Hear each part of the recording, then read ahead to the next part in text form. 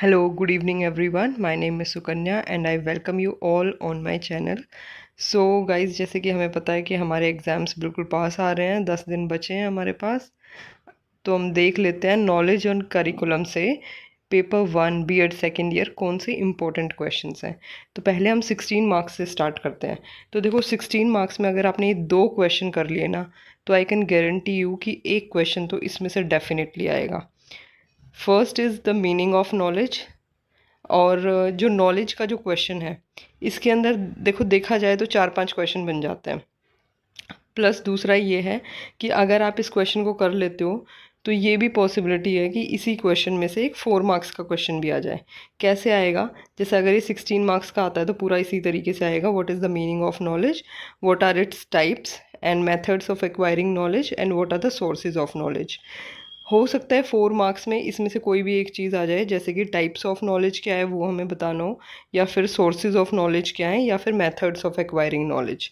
Second important question is the contribution of teacher in assimilation and dissemination of information and knowledge. यार ये question बहुत बहुत important है, आप लिख के ले लो, ये क्वेश्चन पक्के से आएगा। इस क्वेश्चन को 2-3 तरीके से और पूछ सकते हैं। वो क्वेश्चन क्या होगा कि what is the role of teacher in constructivist classroom to develop the qualities in students, और what is constructivism, how does a teacher prepare constructive learning design. तो सिर्फ ये 2 क्वेश्चन करने से हमारे एक 16 मार्क्स पक्के हो जाएंगे, और हो सकता है कि 20 भी इसी में से हो जाएं अगर इनमें से कोई एक चीज़ आ गई, जैसे कि सोर्सेज, मेथड्स या टाइप्स। 4 मार्क्स के हम बाद में डिस्कस करेंगे। पहले हर यूनिट का हम 16 मार्क्स के क्वेश्चंस देख लेते हैं। सेकंड जो यूनिट है उसके अंदर सबसे ज़्यादा इम्पोर्टेंट ये 4 वेस्टर्न फिलोसफीज़ ऑफ एजुकेशन है। इनके अंदर से 16 मार्क्स का एक क्वेश्चन तो आएगा ही आएगा। चांसेस ये हैं कि इसी में से एक 4 मार्क्स का क्वेश्चन भी आ जाए। ये जितनी भी 4 फिलोसफीज़ हैं, idealism, naturalism, existentialism and pragmatism, भाई इनको ना अच्छे से रट लेना। इन जो फ़िलोसफीज़ हैं इनके अंदर हमें क्या लिखना होता है, पहले हमें इनका मीनिंग, डेफिनेशन, ये सब चीज़ें लिखनी होती हैं। फिर हमें इनके कैरेक्टरिस्टिक्स बताने होते हैं। उसके बाद हमें ये बताना होता है कि ये जो फ़िलोसफी है इसका एम ऑफ एजुकेशन क्या है। फिर उसके बाद हमें ये बताना होता है कि इसके मेथड्स ऑफ टीचिंग क्या हैं, ये फ़िलोसफी क्या बताती है कि हमें पढ़ाई कैसे करवानी चाहिए। फिर उसके बाद ये फ़िलोसफी जो है टीचर का क्या रोल बताती है, और डिसिप्लिन के बारे में क्या कहती है। हर फिलॉसफी में हमें यही 4-5 पॉइंट्स कवर करने हैं। ये क्वेश्चन बहुत बहुत बहुत ज़्यादा इम्पोर्टेंट है। फिर उसके बाद इन केस अगर थोड़ा सा ऑप्शन में कह लो, या फिर ये कह लो कि अगर थोड़ा सा डिफ़िकल्ट क्वेश्चन पेपर बनता है तो उसमें ये पॉसिबिलिटी है कि ये कल्चर का क्वेश्चन आ सकता है, कि कल्चर क्या है और कल्चर नॉलेज को कैसे इन्फ्लुएंस करता है, और कल्चर के टाइप्स क्या हैं और उसके कैरेक्टरिस्टिक्स क्या हैं। बस आप ये क्वेश्चंस कर लो, पक्के से 20 मार्क्स इस यूनिट में से आ जाएंगे।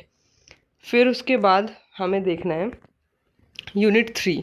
यूनिट 3 के अंदर जो है ये 4 अप्रोचेज़ हैं: traditional approach, learner driven approach, critical approach और पार्टिसिपेटरी अप्रोच।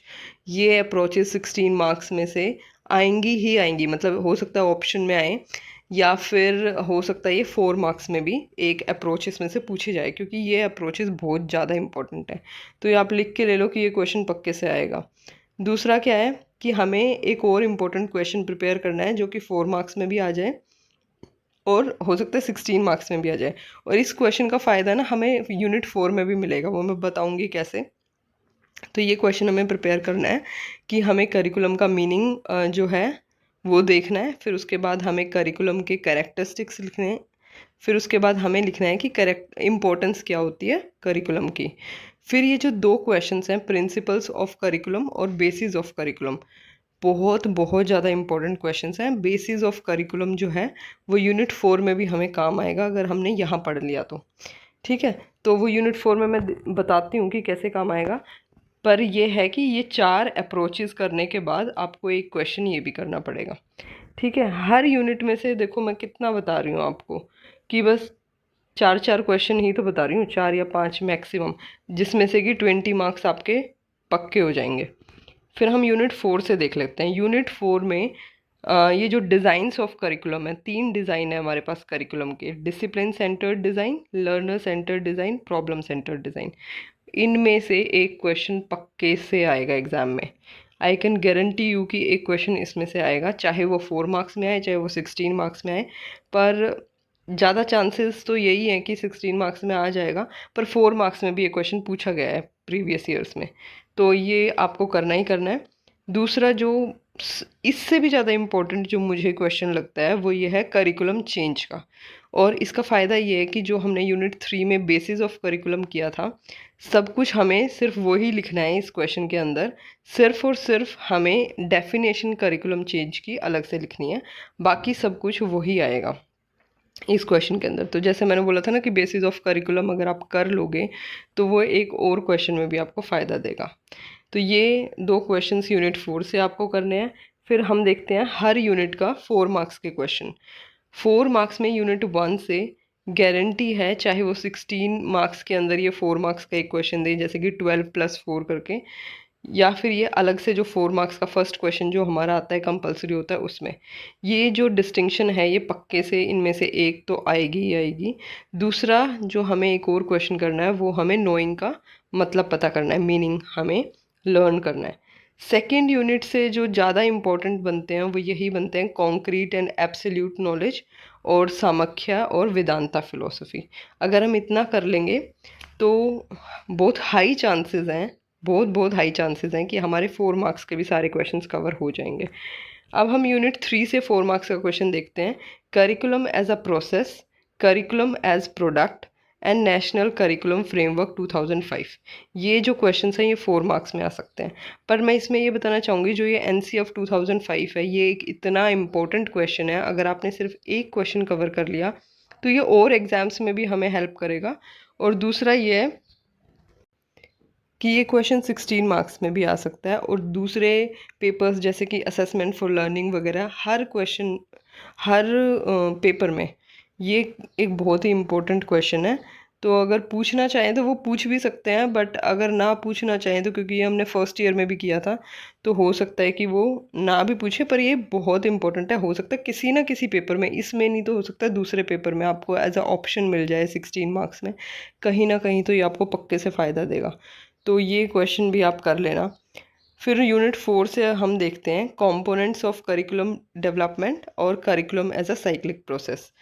ये 2 क्वेश्चंस बनते हैं यूनिट 4 से, जो कि 4 मार्क्स में आ सकते हैं।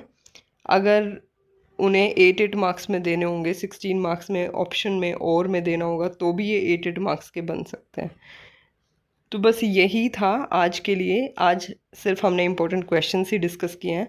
अगर आपको ये वीडियो अच्छा लगा हो तो प्लीज़ वीडियो को लाइक कर देना, और अगर अभी तक आपने सब्सक्राइब नहीं किया है तो इट्स अ रिक्वेस्ट कि आप सब्सक्राइब भी कर लो और शेयर भी कर दिया करो जिनको इस वीडियो की ज़रूरत हो। So thank you so much for watching this video. अब हम नेक्स्ट वीडियो में या तो क्विक रिविजन करेंगे नॉलेज एंड करिकुलम की, या फिर असेसमेंट फॉर लर्निंग स्टार्ट करते हैं। आप कमेंट बॉक्स में बता सकते हो कि हमें क्या करना चाहिए पहले। And yes, one more thing I would like to tell you कि जितने भी ये क्वेश्चंस हैं ये सब क्वेश्चंस मैंने कवर किए हैं। इनकी वीडियोस का जो लिंक है, पूरा प्लेलिस्ट का जो लिंक मैं डिस्क्रिप्शन बॉक्स में डाल लूँगी, तो आप जाके वीडियोस देख सकते हैं। बस एक आधा क्वेश्चन मैंने कवर नहीं किया, अगर आपको वो क्वेश्चन भी देखना है तो उसके लिए आप कमेंट बॉक्स में डाल दीजिए कि आपको कौन सा क्वेश्चन देखना है। ठीक है।